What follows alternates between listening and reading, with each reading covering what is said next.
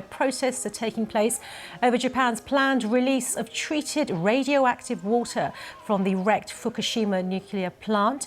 The head of the UN's nuclear watchdog, Rafael Grossi, is in Seoul to try and calm fears after he endorsed the plan. The plant was severely damaged in 2011 after being struck by a tsunami. And some scientists and activists, they've been opposed to the release of water due to concerns on the impact on the ocean bed and marine life. Seoul has said it respects the UN body's conclusion that the discharge of wastewater from the Fukushima plant will likely be safe. Well, we are going to keep across those pictures as they come to us from those protests there. But let's go to our Asia-Pacific editor, Michael Bristow, for more.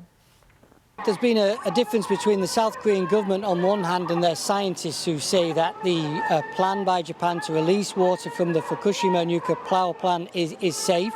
And on the other hand, there's the public here, the general public in South Korea. 4 out of 5 people, an opinion poll suggests, are opposed to the release of water. Rafael Grossi is here in the capital of South Korea, Seoul, to try and convince those people that it is actually safe to release this water. He's trying to convince people like the politician, the opposition politician behind me. She's been sitting outside the Japanese embassy where I am at the moment for the last 13 days. She's on hunger strike.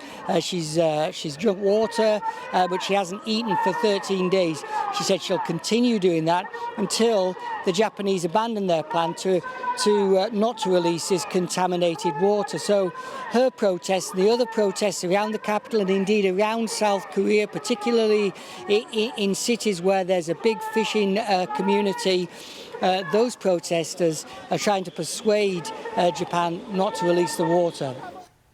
Michael Bristow there from the BBC World Service. Let's get more on this with Dr.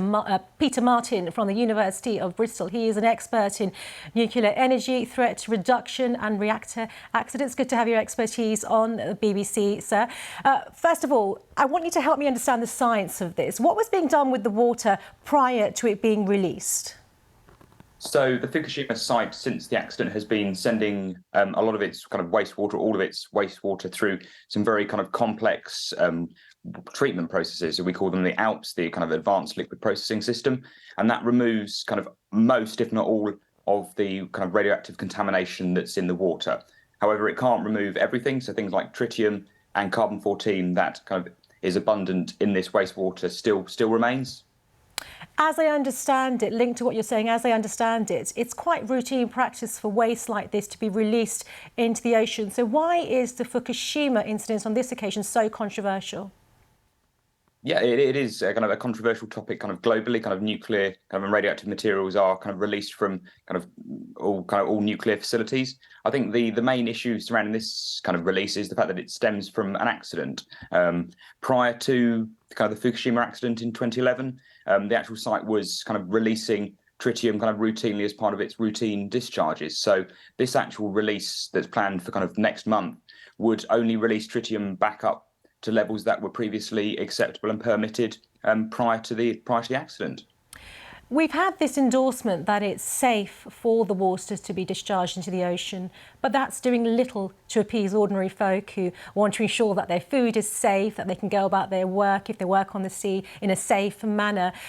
And I mean, I wonder, is there a consensus amongst scientists that this approach is the right approach?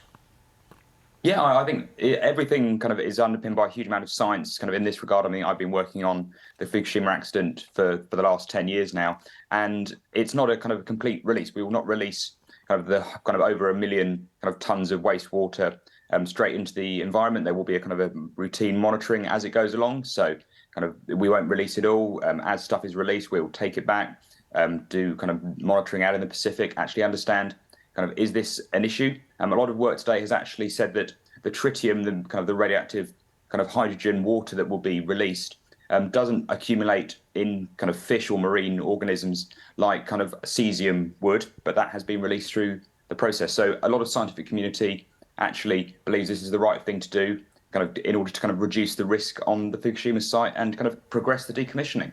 How then, if you are reassured, does the scientific community, despite the UN endorsement, how does the scientific community reassure ordinary people? I think we need to kind of ensure that we kind of complete all the monitoring that continues kind of around the area. So, having worked with the Japanese now for over a decade, they're incredibly diligent, kind of very civic-minded, and very, very good scientists. So this will not just be kind of opening the floodgates and releasing all the water. I think as scientific community, we need to ensure that we kind of continue to conduct all the monitoring out in the Pacific that has been going since the accident. Continue all our kind of monitoring of kind of the food products that kind of go into the food chain. So I think the scientists have a crucial role in ensuring that all of the monitoring continues, such that the public kind of are kind of brought along with this and understand kind of that there isn't kind of a significant risk. It isn't kind of the big kind of radioactive monster that it often kind of is seen to be.